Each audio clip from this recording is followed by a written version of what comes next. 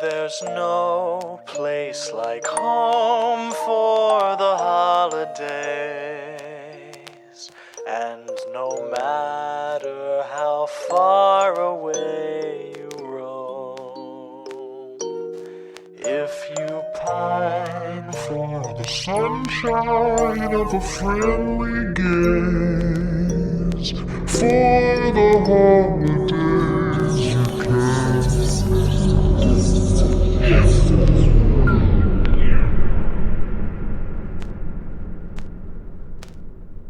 Welcome back to Horror for the Holidays, a Christmas horror movie podcast. I'm Jay Logsden. And I'm Joe Searcy. And here we are, pre-recording, recording? I don't know. Live in the Ankeny Kensington Library or something like that. Yes. The King George III Library here in Ankeny, Iowa. Yep. Who knows what's going to happen? Someone might pull the fire alarm. Somebody might be like, hey, quit making bad podcasts in there. Yeah, somebody might be like, oh, there's two fat guys in here. Somebody might, we might turn around and see some dude like looking at porn on a computer, whacking off under a desk. Anything can happen when you're recording a podcast in the library. It's true. So be prepared. Well, I will say, Jay, that my yearly scheduled suicide attempt is in 3 hours. So we better better get this. I have that line. That was such a good line. Yeah, let's get into it. Let's deck the halls for 2011's A Cadaver Christmas. What an amazing film! I mean, there's no way to hide it. This movie was so much fun. I can't wait to talk about this. Released April 2nd, 2011. Let's get to the most important part. Filmed in 3 hours away from us in Davenport, Iowa. So also birthplace of Linnea Quigley. So an excellent place for horror movies. Yes, indeed. And I believe also, what was the name of the small town that they used for some of this stuff? They made up a town, Dugan, Iowa. Yeah, I think that's what he said. And then there's Sandwich, Illinois, or something like that. Well, I'm Sam Sheriff. Written and directed by Joe Zirl. Yes. Then co-written starring Daniel Raridan Hale, who plays the janitor. Yes. And little piece of trivia I picked up from one Mr. Matt Dupay, because I noted when I was suspecting they were talking about Davenport, Iowa, I contacted Matt, and he said that Daniel Raridan Hale, the janitor, is currently employed at the school that they filmed the movie at. Ah, okay. Also written and starring Hanlon Smith Dorsey as Tom Tunnabum. Tom's great. What a great character. We got Yash Hayashi as Sam Sheriff. We've got Ben Hopkins as Eddie. Jessica Denny as Kristen Stable. Andrew Ryan Harvey rounds out our main cast as the perp. We've got a Michael Kennedy. Hey, that's my perp. As Professor Kress. Oh shoot! I'm doing the same joke from the movie. You're doing the Sam Sheriff. You can't remember it. Oh my! I wrote it down and I can't find it. Hold on. I got it in my notes somewhere. He's in here somewhere. Hilden Kress. Yes, Hilden Kress. That's what it is. Also known as Zombies at Christmas. Although I think A Cadaver Christmas is a better movie. And also, that joke will come up, Zombies versus Cadavers. Cadavers. Tagline, never leave a mess unclean. Excellent. Where to watch? Tubi. Tubi. All the free places. Say it's on Tubi and it doesn't even have ads, so. But most important thing, you can buy a Blu-ray copy from Scream Team Releasing. Do it. Support these guys. They deserve it. You should, yeah. Everything we've gotten from Scream Team Releasing so far has been a 10 out of 10. I don't recommend you pick up a lot of these movies that we watch, but this is one that I would recommend you get. They deserve it. Personal experience. I had actually watched this in December when the news of Return of the Living Dead being a Christmas movie came out. I went, oh man, I want to watch a zombie Christmas movie. I'll check out that Cadaver Christmas. Yep. And so I went and watched it, and that's when I was like, oh, they're talking about Iowa. Oh, it says Davenport, and that's when I kind of did some sleuthing. And I was very pleased that this popped up on the wheel.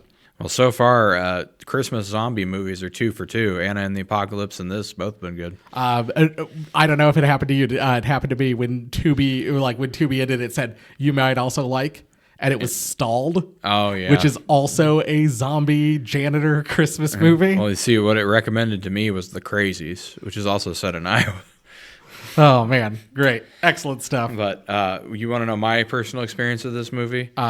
Watching it when I said we're watching A Cadaver Christmas. Yes, but I messaged him and I was like, "Is it a corpse for Christmas? Is that what I'm looking for on the internet?" And he was like, "Nah, it's a cadaver for Christmas." I'm like, "Oh, okay." Yeah, Corpse for Christmas is different.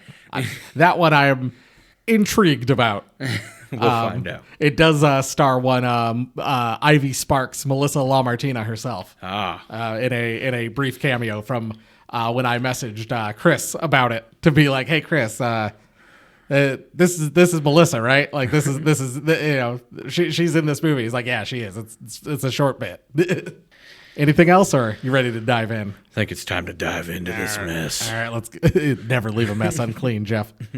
Here we go. A caroling is sung by a choir, and we kind of get like it's zoomed in. I think it's like blood dripping on the screen. Yeah. And then the blood turns into poinsettias, and then it kind of pulls back, and we see a choir singing, and it continues to kind of pull back, and it's a TV screen, and it becomes a news broadcast talking about the Mount Peacemore College Christmas Choir is going to be performing that night. And it kind of continues to pull back, and we're in a bar, and we see Eddie and Sam sitting in the bar. Indeed. Eddie, the bartender, and Sam, the local drunk. And they're like, and for the weather, it's going to be a rainy Christmas, not a lot of snow. Talking about Tom. Tom, yeah. Yes. I do that so many times in my notes. I like wrote Sam, and I'm like, I mean Tom. I wrote Tom, and I mean Sam. It sounds like Sam's not here yet, Jay. Yeah, so Tom's sitting there.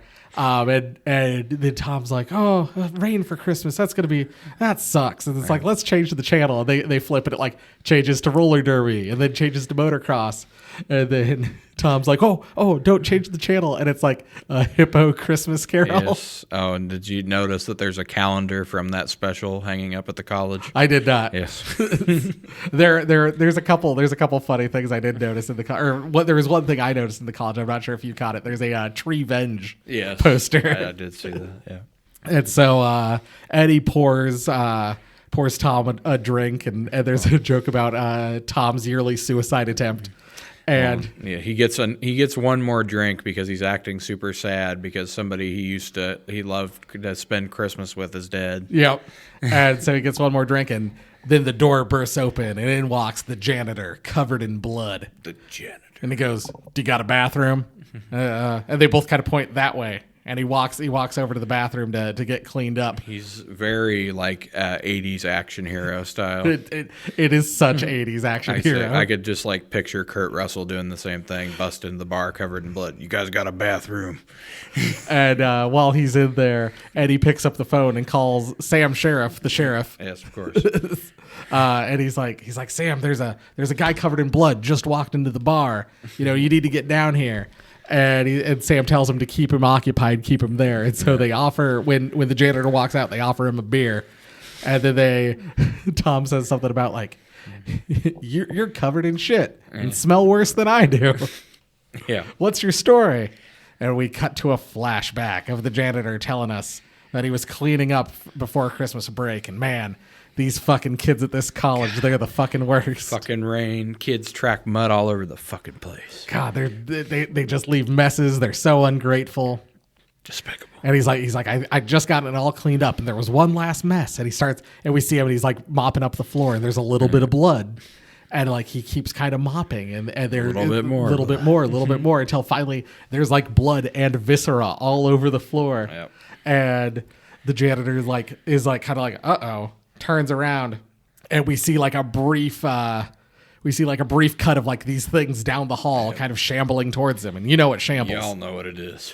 But he gets interrupted by Sam Sheriff arriving, yelling about a bunch of crazy assholes in Eddie's parking lot, and the janitor says, "They're cadavers." Yes. Cut back to the flashback. They must have followed me here. A horde of zombies attacks the janitor in the hall, and he starts battling with them with a mop over the opening credits and title card. A Cadaver Christmas. Great way to start the movie.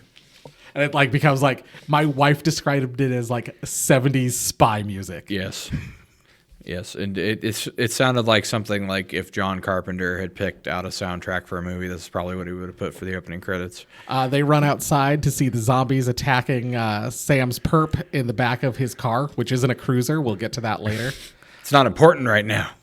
They lock up the zombies in Eddie's bar and head to the university because Sam Sheriff will solve this crime himself. But he also brought Tom, Eddie, and the perp along with him, as well as the janitor. And we learn that the perp is arrested for fucking a goat named Betsy. Yeah, common Iowa occurrence. Back to the flashback. The janitor, after battling the zombies, tries to call 911. But instead it goes to campus security, where Kristen Stable answers the phone, informing the janitor that it's her job to assess if it's an actual emergency. And she's like, he's like, so if there was a murdering rapist getting ready to rape or break into my room and murder and rape me, he's like, I would have to talk to you first before getting a hold of the police. And she says something, and he just like turns around and leaves the phone hanging there as he goes to battle more zombies. They arrive at campus and go to the science building where the outbreak was happening. The janitor says he's going to call the cops when Sam threatens to shoot him if he does. And Sam reveals that he was fired because he hit his police dog Carol with his car. She was only 2 feet tall. She was beautiful. I loved it when she licked my face. I want to talk about something else. So obviously Sam does not have cuffs or anything on him. And so he tells everybody to act like they've been handcuffed in the back of the car. And so Tom walks the entire way like his hands and feet are chained together. And he finally asks Sam if he'll let him out of his handcuffs. He's like, fine, turn around. Click. And he's also the one when Sam threatens to shoot the janitor for calling 911. He's like, that doesn't sound right. Tom has so many great lines. Yeah. And there's one point where he's like, oh, I'm gonna piss myself. Yeah. And then I think he's like, oh, too late. Yeah. Oh, it's when there's also a great moment when Sam turns the gun on him. And then when he turns it on the janitor after that, you can see him feeling his crotch, like how wet it is. Right, because they handcuffed all the zombies in the bar. They handcuffed them in and to the bar. And so he doesn't have any handcuffs left. Yeah. And so that's also when we find out that Sam is not actually a member of the police force anymore. The janitor tries to call the cops, and it goes right back to the campus security. And he has a freak out. And the janitor hangs up and trashes the phone, which triggers Kristen Stable to go investigate. Yes.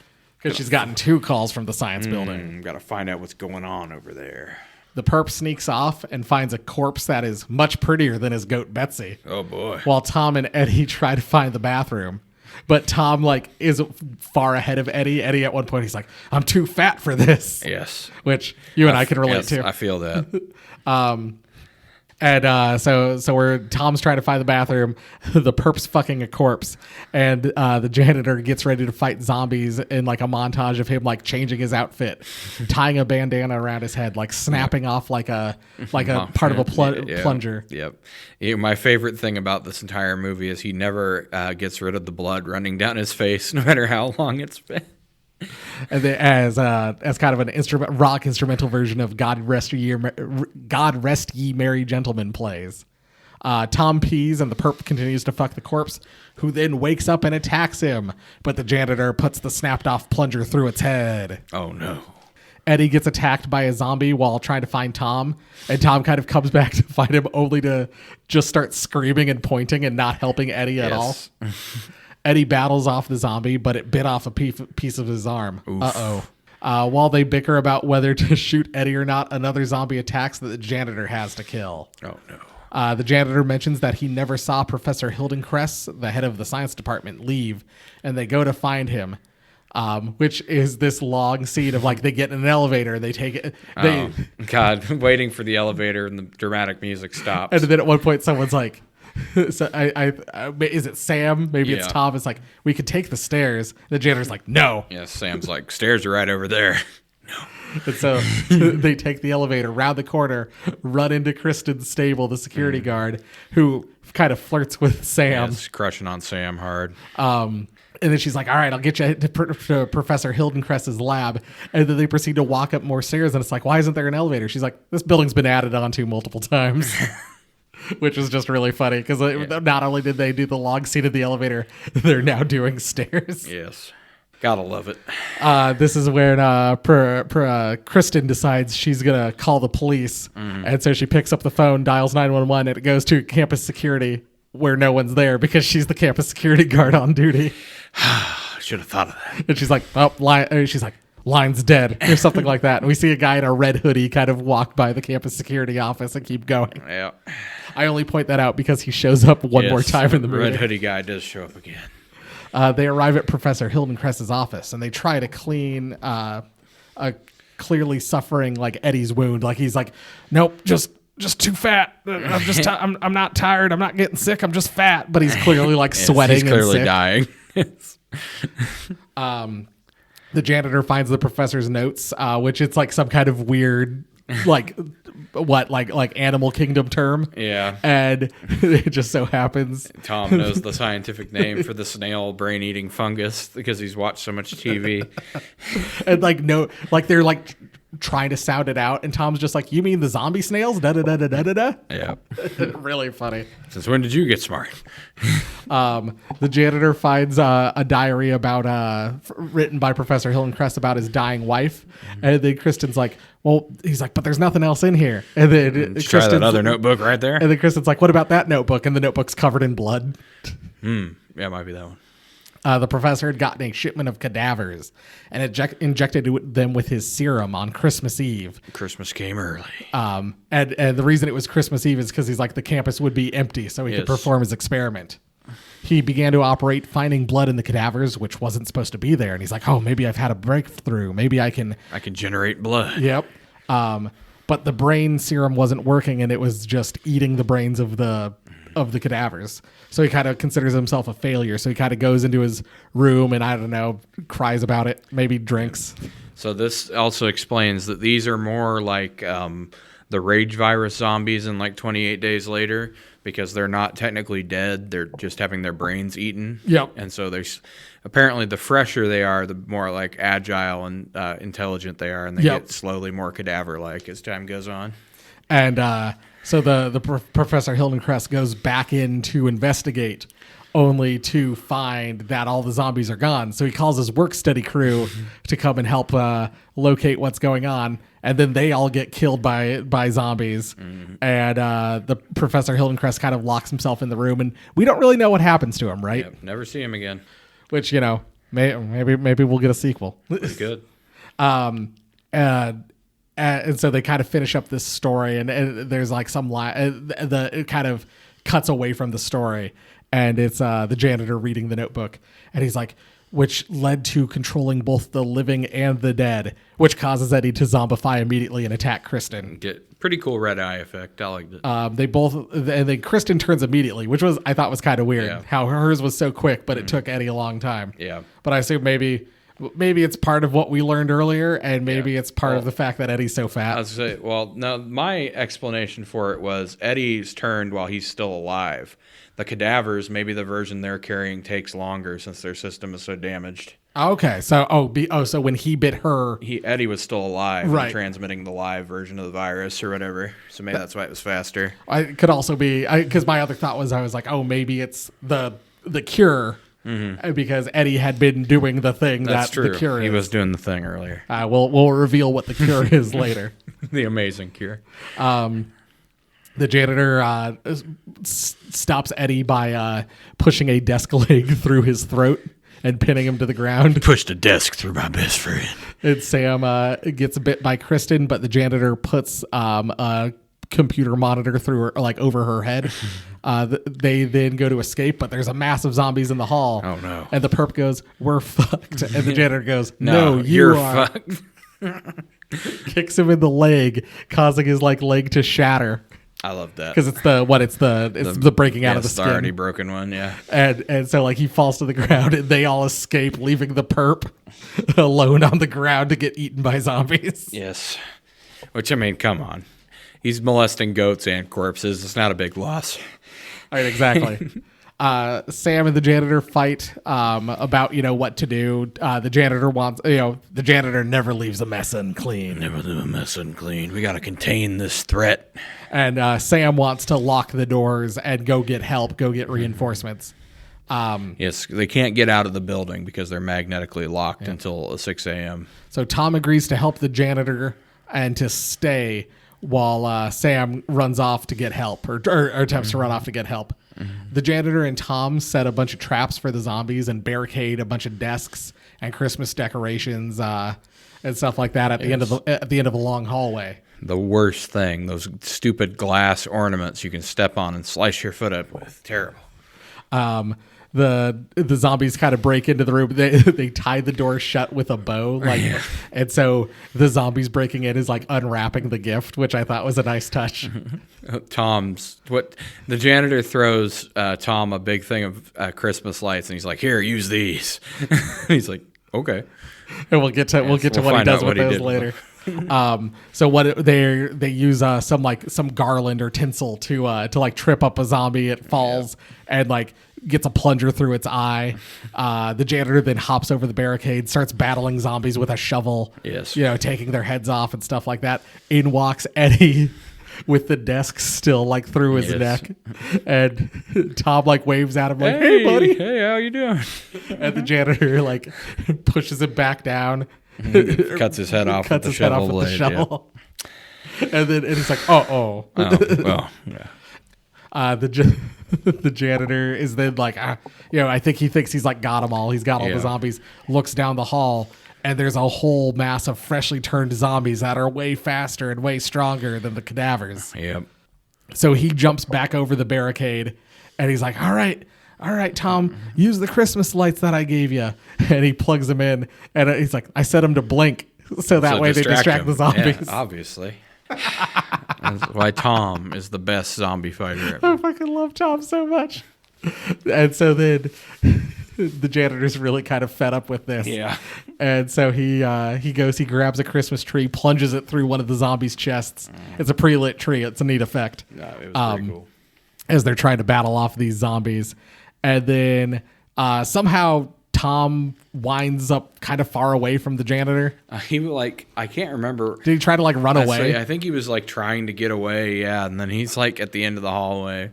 And he turns around, he like picks up the mop and he goes to help the janitor. And I don't think does anything to help him. No, he's like, throw me the mop. And he's like, I don't know. I think I better go. And so he's swinging the mop with his eyes closed. There's a bunch of gunshots ring out. Yes. And Sam Sheriff rolls up to save the day. I couldn't just leave you to die. So he shoots a couple of the zombies. He's got a shotgun with him, but I think somehow he loses hold of the shotgun or whatever. Yeah. Well, he has to reload it one round at a time, and they eventually overwhelm him. Yep. And so he's kind of getting attacked by the zombies. He reaches in, pulls out his pistol. He's got one round left, and he turns around and puts it in his own mouth and kills him. He'd rather die than become one of those zombies. And get ripped apart. Yeah. In the meantime, the janitor got knocked unconscious, and Tom hauls him off to like a janitorial closet. Yes. After, of course, Red Hoodie guy saves them. Yep. The janitor comes to. In the meantime, before the janitor comes to, Tom has essentially a monologue where he's voicing both himself, where he's talking for himself and the sheriff and the janitor. Yes. So when he's dragging the janitor to safety, he does get bitten too. That'll be important later. Yeah. Oh yeah. He doesn't tell us. He doesn't want to tell the janitor that he's been bitten yet. Mm-hmm. And so, but we get this long scene where he's like, "I'm sorry, I fucked up." And he's like, "It's all right." Yeah. And then he's like, "This is the best Christmas I've ever had." Me too. And it's like, "Is there anything you want to tell me?" Yeah, I'm sorry that I called you good for nothing. Yeah. And then at one point, I'm sorry I said you were pathetic for being at the bar on Christmas Eve. That's all right. Like, it's really, really funny. It's probably my favorite scene of the whole movie. It is really good. And then like the janitor starts to wake up and Tom's just like, nothing. Yeah, nothing's going on here. And so he's like, so they're kind of trying to figure out, they're stuck in this one closet room by themselves. And And they're like, well, we got to figure out a way to stop this, never leave a mess unclean. Yeah. And Tom's like, well, Sam did show up to save us and he had a shotgun. If we can get to it, like we can stop this. We can save the day. And so they go and they grab like some cleaning supplies and like a chain, and we get this montage of them killing zombies. We can do it, Jay. Together. Yep, teamwork. And we get them just running around killing zombies. It's a montage. It's set to a Christmas song. "Oh Holy Night" plays as they battle all the zombies. It finally ends. You think they've killed all the zombies, and up crawls the perp. Yeah. He grabs a hold of the janitor's boot. The janitor looks down at him. "Merry fucking Christmas," and blows his brains out. Yes. They burn all the bodies. And the janitor's like, "All right, Tom, we did it. Like we stopped all the zombies." And Tom's like, Not all of them. And reveals that he got bit, but he didn't want to tell the janitor because he didn't want to let him down. We had a job to do. Tom wants the janitor to put him out of his misery, and with tears in his eyes, the janitor agrees to, and he starts to do it. But he can't do it. Yep. And he swings the hat off his head. He's like, "Wait, Tom, when did you say you got bit?" And he's like, "When you were knocked unconscious." Like 4 hours ago. He's like, "Well, you should have been turned by now." And he's like, "What would have stopped you from turning?" And Tom's like, "I don't know." Flashes back to all the times he's been drinking out of his flask all night. And he's like, "What's in this?" And he goes to sniff it. It must just be like pure grain alcohol. It sounds like moonshine, basically. And he's like, "Huh." And he's like, "Is that why it's itching?" "Yeah, Tom, it's healing." Yeah. The alcohol must have killed the parasites, which is what I say. Yeah. Maybe because Eddie had drinking a beer. That's why it lasts longer in him. Yeah. Yeah. And then they're like, "Oh no, if that's the cure, then the cops show." Yep, they could have killed all the zombies, or they could have stopped all the people from being zombies, but no. I mean, they probably still would have had to kill the cadavers, but the live ones could have been saved. Yep. I just love the constant flashbacks to Tom just drinking. All like 10. I think they cut in like 2 moments that weren't even actually in the movie. Just him drinking.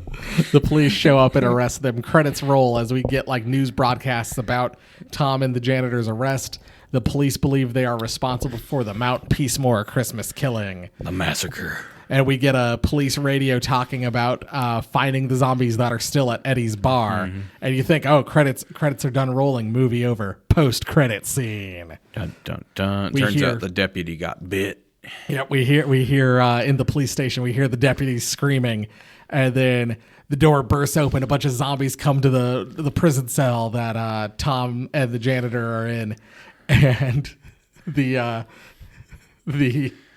Tom goes like, "Happy fucking New Year." Or the janitor goes, "Happy fucking New Year." And Tom goes, "Merry Christmas," or "God bless us, everyone." This is going to be a bad fucking New Year. End of movie. Oh, I forgot to mention the red hoodie guy also walks by during one of the news broadcasts, looks up singing the news, and then turns around and walks away in the other direction. Yes. 3 appearances of the red hoodie guy. Hero of the movie. Hope he shows up in the second one. Me too. In the movie. Jeff, anything you want to mention before we dive into our categories? Nope. I think we pretty much covered all of it. Amazing movie. 10 out of 10. I mean, obviously, ultra low budget, hometown production, local players. I saw something. IMDb reported their budget at like $400,000 or something like that. It seems way too high. I was going to say, as close as I could tell, it was like $45,000. That was a couple of people who did like interviews about it. I caught like little pieces of on YouTube. And so I was wondering if, and I've packed all my stuff, so I don't have Matt Dupé's book. Otherwise, I would have looked there because he's been pretty good about getting those small. Yeah. I should look up that entry. But yeah, no, like you said, super low budget. What category do you want to start with today? Let's talk about Christmas spirit first. All right. How Christmassy is the movie? How Christmassy are the kills? Movie. Lots of decorations, I would say. Like, we're not talking overboard. We're not talking. I would say, as far as the actual movie itself goes, I'm going to go medium. Like, we're not talking letters to Satan Claus or Christmas Evil. They mention Christmas quite a bit. Christmas is kind of central to the plot. You see Christmas decorations, and I mean, They're kill wise though. I'd say it's actually a lot more Christmassy than just the general theme because we got the Christmas tree stabbing, the ornaments used against the zombies, and all the decorations. The big final fight in the hallway or the big like barricaded scene. Yeah, they really do put those Christmas decorations to good use. Yeah, I was happy to see that. I was gonna say pretty medium. Although like I think they did a good job of like explaining away. Like, and sure, you could set it during summer vacation, you could set it during spring break, but I liked them being like, well, I got the shipment like the week before Christmas. It needed a week to start working, like the serum. And I wanted to do it while Christmas break was going on at the school so there wouldn't be many people there, so I couldn't be interrupted. Like, I like that they kind of did explain it away that way. It's almost like, in a way, Day of the Beast, because a lot of the movie's not that Christmassy, but then you get that, like, big Christmas parade or whatever. That's kind of what that last zombie fight scene felt like. Yep. Like a big dose of Christmas to round out the movie. Yep, which, for a movie called A Cadaver Christmas. Like, should have that. Yep. But no, kills, I completely agree with you, especially the Christmas tree stabbing. Yes, I love that. Do you want to do Broken Bulb, Brilliant Bulb next? One thing you want to fix, one thing you want to praise? Sure. Do you want to go first? Yeah. I would say the only thing I would want to fix is maybe I like the balance of comedy that they struck, and I think the people worked well with each other. But I think maybe they could have picked up the pace a little bit towards the middle because it does feel like it drags a little bit. Mine's the exact same thing. It felt a little slow after kind of like that kind of fast opening with the zombies and stuff like that. There's just like a like other than the perp fucking the zombie, and janitor having to kill it, like you don't really get a zombie thing again up until Eddie gets turned. I'd say there's a solid like 30-minute opening, and then you got like a 25-minute stretch where it's a little bit draggy, and then you've got like a solid 30-minute close. I think they could have just done it, maybe balanced it out a little bit more, and it probably would have been perfect. Yeah, and have them kind of being chased by zombies or something like that instead of just... Or at least like show maybe some zombies like overwhelming different parts of the campus or something like that. Yeah, I completely agree with you there. Brilliant Bulb. I wanted to praise the writing. It's got a real like dry wit to it, which is the kind of comedy I think works best in these movies. A lot of like snappy dialogue. I mean, it wasn't like perfect, but it was a lot better than a lot of like mainstream movies I've seen. It was a comedy without feeling like Marvel comedy is now. No, I agree with you there. It was something weird to say. Like two of our super low budget, like kind of Christmas horror comedies, this and Two Front Teeth, like some of the funnier, better stuff we've had than like even like Santa's Sleigh, which you and I both agree is a good movie, but both of those are definitely better written than Santa's Sleigh. Yep. But yeah, I liked it. I thought it was good. Nice writing. The story made sense and flowed pretty well. Like I said, other than that little lull in the middle, I think it was pretty well done. My thing was a good amount of zombies. Yes. I think they got a lot of people involved. You get a lot of great zombie scenes. I think they put probably used a lot of makeup to get all those zombies made. Mm-hmm. But I loved the amount of zombies we got. And I thought the cast, like on top of that, you had a lot of zombies. Mm-hmm. The cast all did a great job. Yeah. They all played their parts really well. All played off of each other. You can I think you can tell a lot of these people are friends or know each other. The comedic timing definitely felt like it was like a friend group. But my thing I almost picked was the special effects. I thought they did with a low budget, really good gore effects. Yep. And really good zombie makeup. No, same. That was a thing where I was like, I could praise that, but I feel like every time we're kind of like... we're always talking about that, so that's why I picked something different. Yep. Let's do Christmas wrapping, set costume, etc. I mean, the janitor has the perfect janitor look. I loved his look. I loved the kind of Rambo-fication of like you said, the 80s action star. Yes. I mean, he even had the smolder down that they all had in the 80s. Like the dramatic look off into the distance, with the eyes slightly narrowed. Yep. Looks off into the middle distance as he's pondering, like, all right, what do I got to do next? Who do I have to kill? And I love that his voice is like a combination of like normal person voice and action hero voice. Like Yes. it's a little nasally, Yeah. but it works so well in the movie. You know what my thought was that I had when listening to it? I'm like, this is like if Ben Shapiro was an actual tough guy. This is what his tough guy voice would sound like.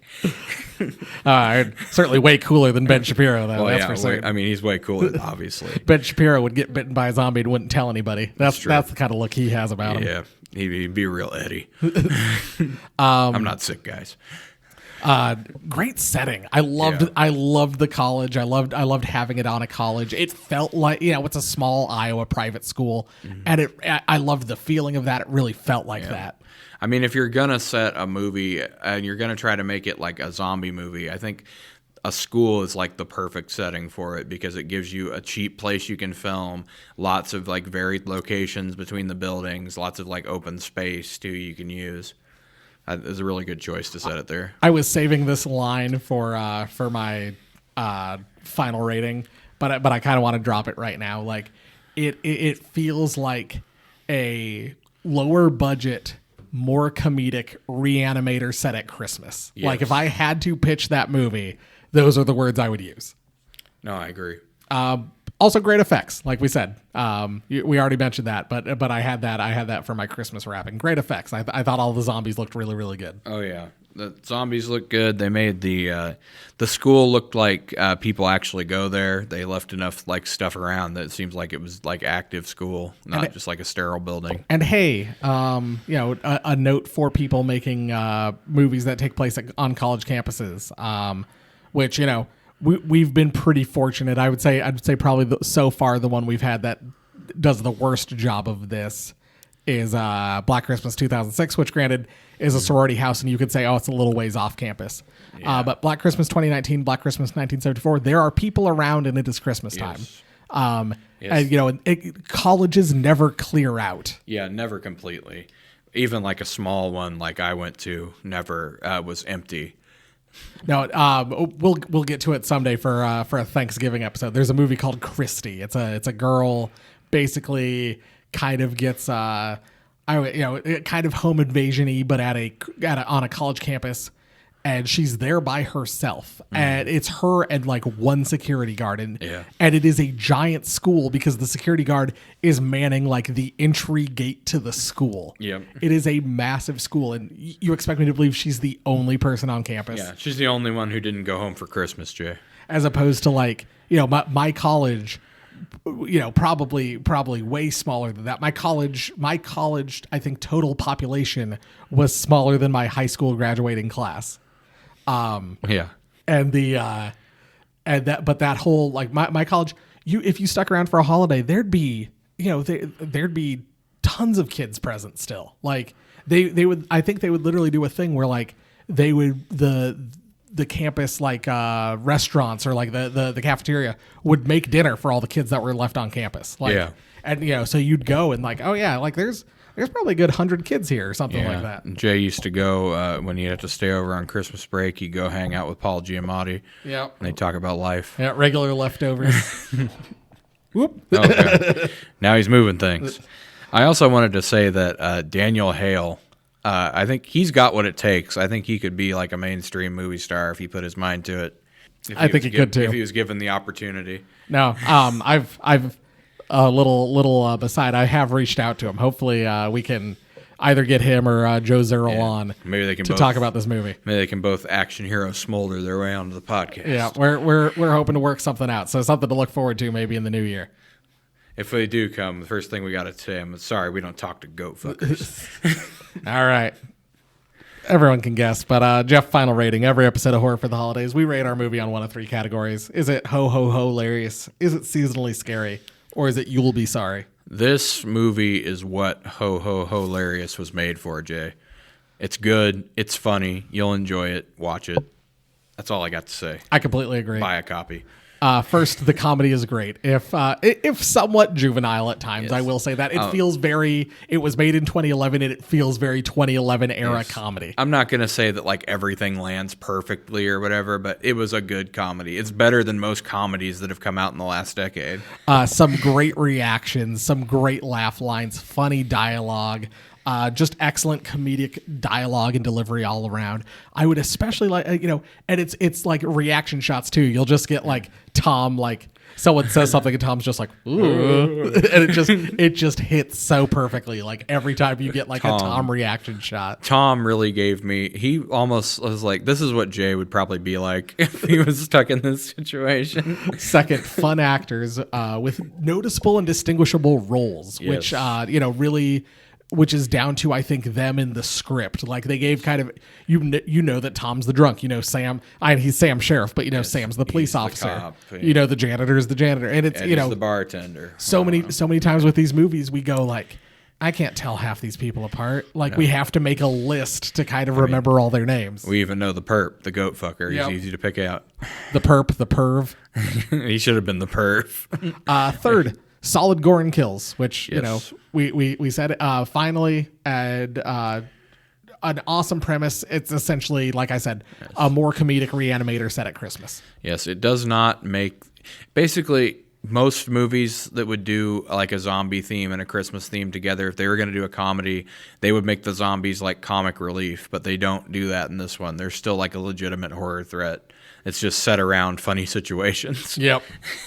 Oh, Jeff, there's one thing we forgot to do. Oh, yeah? We forgot to do our Christmas carols. We forgot to do our favorite quotes. I was waiting for my quotes here, Jay. All right, hold on. It's like, this is weird. He's skipping right to final rating, but I'm not going to stop him. I was sitting here and I was like, I feel like there's something we're missing. We did miss something. All right, you ready? You want to go first? Yeah, I don't talk to goat fuckers. The bartender, Eddie. Tom, I love those goddamn hippos. Me too. Never leave a mess unclean. I'm a janitor. I never leave a mess unclean. We're not going to stay here and be eaten by zombies. Cadavers. Constantly, whenever someone brings up the Z word. Yes, until the very end. Yeah, then he's like zombies. Yep. After he gets hit on the head. Hey, Sam, this is Eddie. No, Tom's annual suicide attempt isn't for a couple more hours yet. And then Tom holding up two fingers, like quietly, two. This ain't natural, and it sure ain't legal. Sam Sheriff. Oh shit, we're fucked. The perp. Yeah. The janitor. No, we're not. You are. Breaks his leg, making him easy prey for the zombies. Got arrested for fucking a goat. The perv. Her name is Betsy, and we're in love. When the janitor comes out, or when they after Eddie gets bit by the zombie. The janitor like takes off a bandana and wraps it around the wound, and Tom goes, probably for the best anyways, because you look pretty stupid in a bandana. Which he takes back. The janitor and Sam are arguing, and the janitor's like, I'm not going anywhere with you either, but we have to stick together. My last one. What the hell is going on here, Eddie? There's a bunch of crazy assholes in your parking lot. That's Sam. Eddie, you're not shooting my customers again, are you? Leoclocridium paradoxum. Isn't that the snail parasite? Oh, Tom. Love Tom. He's so good. Second best performance, I think. I think the janitor was the best, then Tom. Yep. Not that anyone did a bad job, but they're the two stars of the movie. They definitely both stand out. Do you have any other ones? Nope, that's it for me. All right. Well, I can't believe I fucked that up. We're gonna leave it in as it is. I'm not gonna try to splice it in some other way. We're definitely leaving it. I was like, when you went Broken Bowl, Brilliant Ball, I'm like, it's weird you would do that before we do the quotes, but okay. And then you were like, final rating, and I'm like, okay. All right. Well, it's obviously we loved this movie. It's obvious we thought it was great. If you buy any of the movies on this list, this is definitely on the buy list.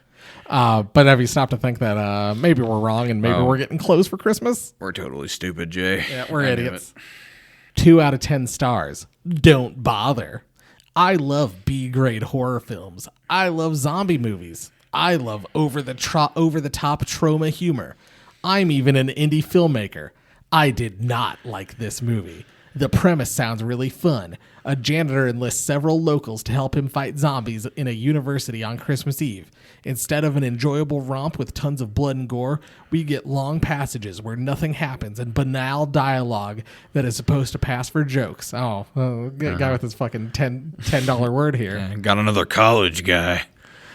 The film is really nothing more than a low-budget vanity project by a group of guys who aren't as funny or talented as they want to be. Disagree. I think this movie's funny as fuck. I think they are actually talented, but whatever. It's the kind of situation that all indie movie makers have been in, me included, where enthusiasm can't compensate for a bad script. I will check back after they've made a few more movies, though. I'm betting they do get better down the line. Shut the fuck up, dude. Like, you just spent like 2 paragraphs like ripping them apart just to, but maybe they'll get better. Fuck off. Yeah. I don't see that review. You ready for mine? Yep. 1 star. The vanity card at the beginning of the film being toilet paper and a flush sound is kind of fitting. I thought it was really funny. You can tell immediately how low budget this was. I don't mind low budget. I just need to be prepared to see it. Okay? Well, wouldn't the logo at the beginning tell you it's low budget then? And the opening credit scene, you could probably tell. You would think. The negatives are the poor acting. Disagree. Messy editing. Yeah, I think the editing was kind of a grindhousey appearance, and I think that was on purpose. It was. I could see how you could find it annoying or whatever. I didn't mind it. I think it was supposed to feel kind of grindhousey, and I think it was supposed to feel kind of like maybe like, you know, I think maybe the movie was supposed to take place in the 80s, like because no one had a cell phone to call an old car too. Yeah. Oh, also I forgot to mention, like it's like I said, very like grindhousey kind of editing with like, you know, kind of the artificial grain on the screen. There is a scene where Eddie pours Tom a beer, and it gets all soft focused and like kind of like beautifully Christmassy, and it goes right back with the janitor person. It goes right back to the grindhousey look. But yeah, I mean, I could see maybe you didn't like the editing, okay, but I wouldn't say that make it a 1-star movie. But here's the thing I most disagree with. Annoying characters and unfunny dialogue. The characters were not annoying. Yep. They were one of the best things in the movie. And this is what made me pull this. Lazy zombie makeup. I've seen much worse zombie makeup. I was going to say, I have seen way worse zombies, like on The Walking Dead. There's been worse zombie makeup than they did in this movie. I would argue in 2 of the greatest zombie movies, probably, I'd say maybe, this might be a little controversial, probably 3 of the greatest zombie movies ever made, Night of the Living Dead, Dawn of the Dead, and Lucio Fulci's Zombie. I would say there are zombies in those movies that look worse than the zombies in these movies. There definitely are. So I don't know what the hell this guy's talking about. The goddamn flickering filter, a random red-hooded figure seeming of importance but going nowhere. That was the point. Yeah. And supposed to be funny. Yeah, this is a post-credit scene prolonging the thing. I barely made it out alive, and unfortunately so did the most annoying character, the janitor. Disagree, he's great. The positives are the practical sound effects being quite good, one of the few small successes with this. The Mist-style ending, and a wicked film poster that does entice you to watch it. It got my ass too, but I wish I hadn't. Just watch Shaun of the Dead instead.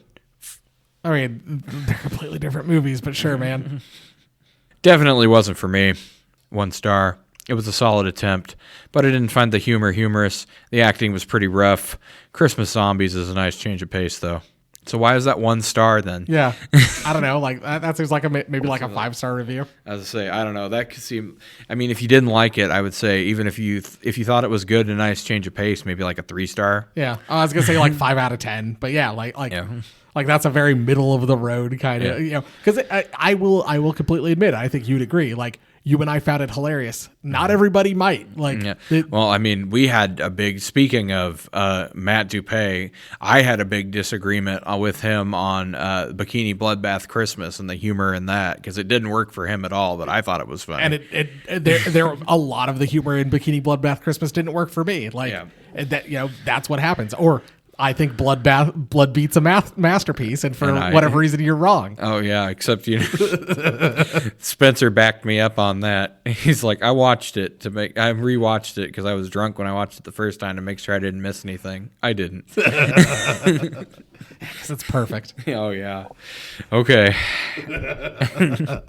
We're not going to rehash this again. We're on the Christmas Podcast Network. One of the other podcasts is like, we want to do a thing where we go back to like old things and like have people come on with new eyes. And I'm like, I'm like, part of me wants to volunteer Jeff and I for Blood Beat. I mean, I'd do it. I didn't, but part of me thought about it. He wanted to. Any others, or are you? I have one more. Well, I heard two more. There's a random 2-star review that was, "What was this?" They gave it 2 stars. I mean, it's zombies on a college campus at Christmas time, and it's a comedy. Say, not that hard to understand. But here we go. A Cadaver Christmas, this is a 2-star review, is a neo grindhouse, in quotes, take on zombies set on Christmas Eve. This film was made for under $10,000. Not sure where he got that from, but okay. Making it essentially an amateur production. The lack of budget is noticeable, but the filmmakers make the most of it by keeping the story confined to a few locations. It has a visual style intended to mimic old grindhouse movies. I'm not a fan of this. It's rarely executed well, and this film is no exception. The style feels unnecessary and doesn't add much to the overall experience. It's clear the director is a horror fan. This movie did not win me over. I'd be curious to see what he could do with a larger budget. This movie might be worth watching with a few friends for some quick laughs, but it's not something I would seek out, and I doubt it will be remembered in a few years. There are parts where I'm like, wait, is this a positive review? No, and then it goes back to him like shitting on the. I'm like, wait, what the? I'd like this movie sucked. I'd like to see the director given money to make a better movie. I don't like the grindhousey effect, but it did work. Like, what the fuck is going on? What is this review? These fucking reviewers don't know what the hell they're talking about, Jay. God damn. That's the real problem here. Fuck. What a strange review that last one was. That's the real thing. These internet people, they don't know what's going on, Jay. They're not like us. They're not like us. Whap, whap, whap, whap. I'm beginning to feel like a podcast god. Well, Jeff, it's time to take our zombies and put them up against. I'm assuming they're going on the naughty list with Anna and the Apocalypse zombies, above or below.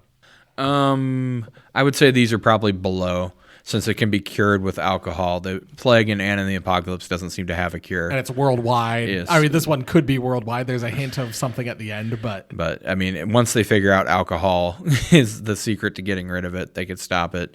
And the zombies in Anna and the Apocalypse seemed a little bit more capable because they were like overwhelming the military and stuff, which I don't think these zombies could. Nope, I don't think so. Since the janitor fights them with a mop and a shovel. Yep.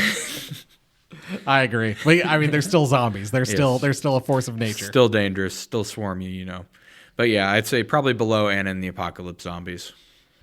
Well, Jeff, it's time to clean out our email inbox in a segment we like to call Garbage Day.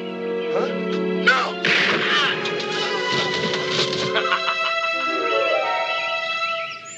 Well, Jeff, as we mentioned on the last Stocking Stuffer, our friends Jun Group got back in touch with us. Thank God. I was worried they wouldn't contact us. But don't worry. They're not the only ones, because we've also been contacted by getpodcastinggrowth.com. So Jun Group, getpodcastinggrowth.com. Start hitting us up with money offers. Oh, yeah, and we need counter offers. We need to know what's on the table here. Yeah, we got people coming at us. But in the meantime, I'm going to delete those emails because that's what we do here. Someday we'll join Jun Group. We got an email from our number one fan. Yes, Spencer. Dear Jay and Jeff, please find a way to continue recording Stocking Stuffers while Jay's house is being renovated. I mean, we're trying. We're trying to figure something out. We're going to figure something out. Macon, Long, and one of the only things I look forward to every Monday morning is Horror for the Holidays episodes. Something got misspelled there at some point. I mean, I appreciate that, but yes. I mean, I guess, going to work. It's a Monday, I got to go to work, but at least there's a new Horror for the Holidays. Yes. Whether they are full episodes or stocking stuffers. Anyways, I hope the renovation goes well and doesn't disrupt your life too much. When it's finished and you're in your new recording space, I'm going to send you something to keep there. By the way, Jeff's story was friggin' awesome. Publish it. Spencer. Thank you, Spencer, for your kind words as always and your unwavering support of this terrible podcast. Yep. Man, if it's whatever that meme is, if such and such has 1 million fans, I'm one of them. If it has 1,000, if Horror for the Holidays has one listener, it's Spencer. Yes, definitely Spencer. But yeah, we're going to try and figure out something so we can put out some episodes during this renovation so we don't go just down to one or two a month. No, we're trying to, because that also affects our podcast growth in weird ways. So we want to try to keep stuff going as much as possible. We'll do what we can. We may miss a week here or there, but we'll try to keep some uploads coming out. And also, not to say, hey, listeners, if your name isn't Spencer and you're not our number one fan, also get in touch with us. horrorfortheholidays@gmail.com. We love every person who's ever got in touch with us. I've always thought is very sweet. It's always very nice to hear from listeners. A lot of nice people in this horror community. But Jeff, if you thought you wouldn't escape this unscathed. Oh, no. He brought things to the library. Golden Sriracha Doritos. The cock sauce.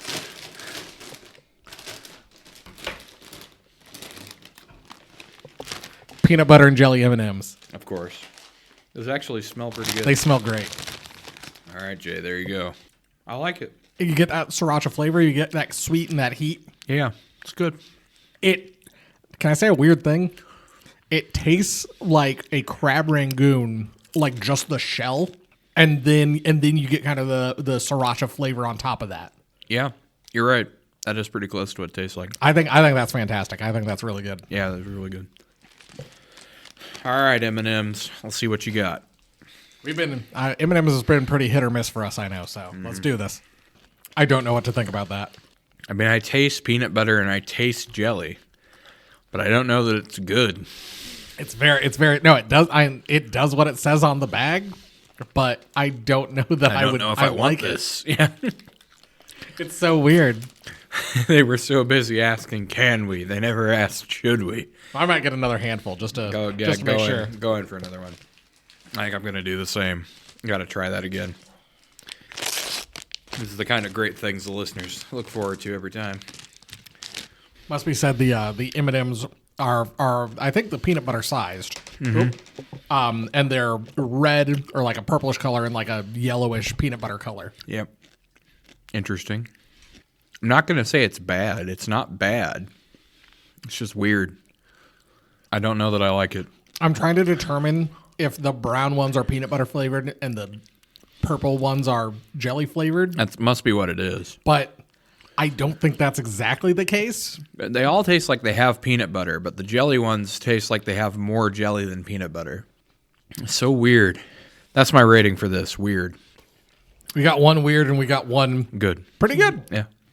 All right. Well, like I said, if you want to get in touch with us, be a part of our Garbage Day segment, send us an email, horrorfortheholidays@gmail.com. If you want to get in touch with us on social media, we're places. We are at horror4holidays, horror4holidays. Yes, youtube.com/horrorfortheholidays. Hit the bell, hit the subscribe button, leave us a comment, let us know if we're doing a good job. If you have any suggestions for stocking stuffers, let us know. Let us know if we're doing a bad job, but only 5-star reviews on your podcatcher of choice. I'm dying. The peanut butter and jelly M&Ms. They were toxic. Oh, God. Jeff, quick, drink this alcohol. It'll stop you from turning into a zombie. Too late. Oh, well. Podcast is over. Yeah, bad reviews, 5 stars. If you think this show fucking sucks, 5-star review on your podcatcher of choice. Tell us why it sucks. We're not going to read a 1-star review. Why we waste our time? Yeah, we good vibes only. Positive people here. You know us, good vibes only. Yep. Goodbye.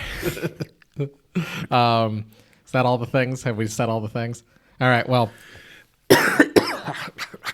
Jeff is really dying. Yeah, I am dying. All right. Well, we'll hopefully see you guys again soon. Talk to you either next week or in 2 weeks. Thanks for listening. Goodbye. Bye.